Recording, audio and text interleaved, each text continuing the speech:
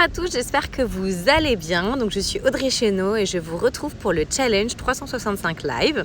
Et je suis heureuse aujourd'hui de vous faire mon live à 12h13 et pas à 1h du matin comme d'habitude. Je pense que c'est mieux pour tout le monde. Aujourd'hui, je voulais vous partager ma réflexion autour de l'utilisation du tu et cette facilité qu'on a à entre guillemets attaquer l'autre. Vous allez comprendre ce que je veux dire. Par exemple, l'autre jour, mon fils, en fait, il avait il a un petit coussinet qui va avec son siège auto et quand il retire sa ceinture, le coussinet reste toujours en bas. Donc, vous avez vu, j'ai fait une pause parce que j'ai changé mon vocabulaire. J'allais dire, mon fils laisse toujours le coussinet en bas.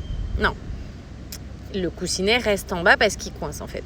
Donc, la dernière fois, en fait, ça m'a interpellée parce que je dis à mon fils, tu laisses toujours le coussinet en bas, tu laisses toujours la ceinture en bas, ça va finir par s'abîmer. Plutôt que de dire, si le coussinet est en bas, ça va finir par s'abîmer. Du coup, je lui donne une information et après, je peux développer en disant, qu'est-ce qu'on pourrait faire pour éviter que blablabla. Mais là, c'était juste l'information. Mais plutôt que de dire, si le coussinet est toujours en bas et d'être dans les faits, dans du factuel, si le coussinet est toujours en bas, il va finir par s'abîmer. Je lui dis, tu laisses le coussinet toujours en bas, alors que si je suis très honnête, il y est probablement pour rien. C'est juste que le coussinet, en fait, il bloque. Et donc, du coup, comme il bloque, il reste en bas. Bonjour Anna, bienvenue à toi. Donc, je parlais de l'utilisation du tu. Et on a une facilité à dire... alors, du coup, dans le couple, il y a les exemples typiques. T'as pas mis la machine à laver. On pourrait dire, ce serait bien de mettre une machine à laver parce que sinon, on n'aura plus de vêtements. Voilà, il y a tout ce côté-là. Ou dans une dispute, de parler de soi. Enfin, ça, j'avais déjà fait des vidéos là-dessus. De l'importance de parler de soi. Plutôt que de dire tu m'as énervé, je me suis sentie mal parce que ça m'a renvoyé à ça, etc. Mais donc du coup l'exemple de mon fils, la nuance que je voulais apporter par rapport à ces vidéos et ces thèmes plus généraux, c'était que en l'occurrence pour mon fils, donc le coussinet de son siège auto reste bloqué en face et je lui ai dit tu laisses toujours le coussinet en bas, il va finir par s'abîmer. J'aurais pu lui dire si le coussinet reste en bas, il va finir par s'abîmer. Parce que du coup, finalement, on rejette la faute sur l'autre très souvent, alors qu'en fait, peut-être, c'était pas de sa faute. En l'occurrence, là, c'est ce que j'ai expliqué, donc juste avant que tu arrives, Anna, le coussinet, il bloque, donc en fait, la ceinture remonte pas, et comme la ceinture remonte pas, le coussinet reste en bas. En soi, est-ce que c'est de sa faute ? Non. Du coup, est-ce que l'utilisation du « tu » est justifiée ? Non. Par exemple, et en fait, mon mari me faisait la remarque l'autre jour. Qu'est-ce que je lui ai dit ?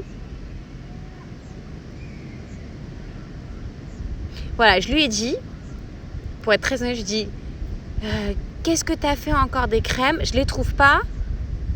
Enfin, je ne sais plus comment je lui ai dit. Il me dit, pourquoi tu me le dis comme ça ?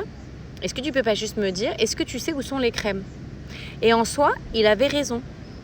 Je lui ai dit direct. En gros, sous-entendu, tu n'as pas rangé, où est-ce que tu as rangé les crèmes ? Je ne les trouve pas, les crèmes solaires. Et finalement... entre guillemets, c'est pas une attaque directe. Mon intention n'est pas dans l'attaque. Mais ce que je trouve intéressant d'analyser, c'est que ça a quand même, si on est honnête, un petit côté attaque. Coucou Sarah, bienvenue. Alors que si je lui avais dit, est-ce que tu sais où sont les crèmes ou est-ce que tu sais où est le sac ? Par exemple, je donne un autre exemple. C'est quand même moins violent de dire, où est-ce que tu as rangé encore le sac ? C'est quand même un peu moins violent. Donc en fait, c'était peut-être vous inviter à juste regarder ou réfléchir. Parce que moi, personnellement, en prenant conscience de ça, je me suis rendu compte que très souvent, bonjour Joseph, bienvenue. Très souvent, en fait, je disais le tu. Où est-ce que tu as rangé ? Donc là, ça va être ta, mais où est-ce que tu as rangé le sac ? Où est-ce que tu as mis les crèmes ? Si tu laisses ça en bas, t'as pas fait ci, t'as pas fait ça. Plutôt que de dire, est-ce que tu peux me donner les crèmes ? Est-ce que tu peux mettre la machine à laver ? Est-ce que tu peux me remplacer ? Etc. Donc, c'était ce que je voulais vous partager pour le live du jour. Donc, dites-moi si ça vous parle, si vous voyez cette nuance entre le fait de dire, comme j'expliquais pour l'exemple de mon fils dans la voiture, tu as laissé le coussinet en bas, donc il va s'abîmer, plutôt que de dire, le coussinet, c'est un fait. En fait, d'être dans les faits et du coup, de ne pas attaquer l'autre, parce que du coup, pour l'autre, ça peut être vécu comme une attaque à sa personne, alors que si on est factuel et qu'on dit, par exemple, je ne trouve pas les sacs, est-ce que tu sais où ils sont ? Ou si tu laisses le coussinet en bas, il va finir par s'abîmer. Est-ce que c'est pas plus productif finalement ? Ou en tous les cas plus bienveillant ? Ou est-ce que c'est pas... L'intention, bien évidemment, quand on dit ça, c'est ce que je disais, elle n'est pas mauvaise.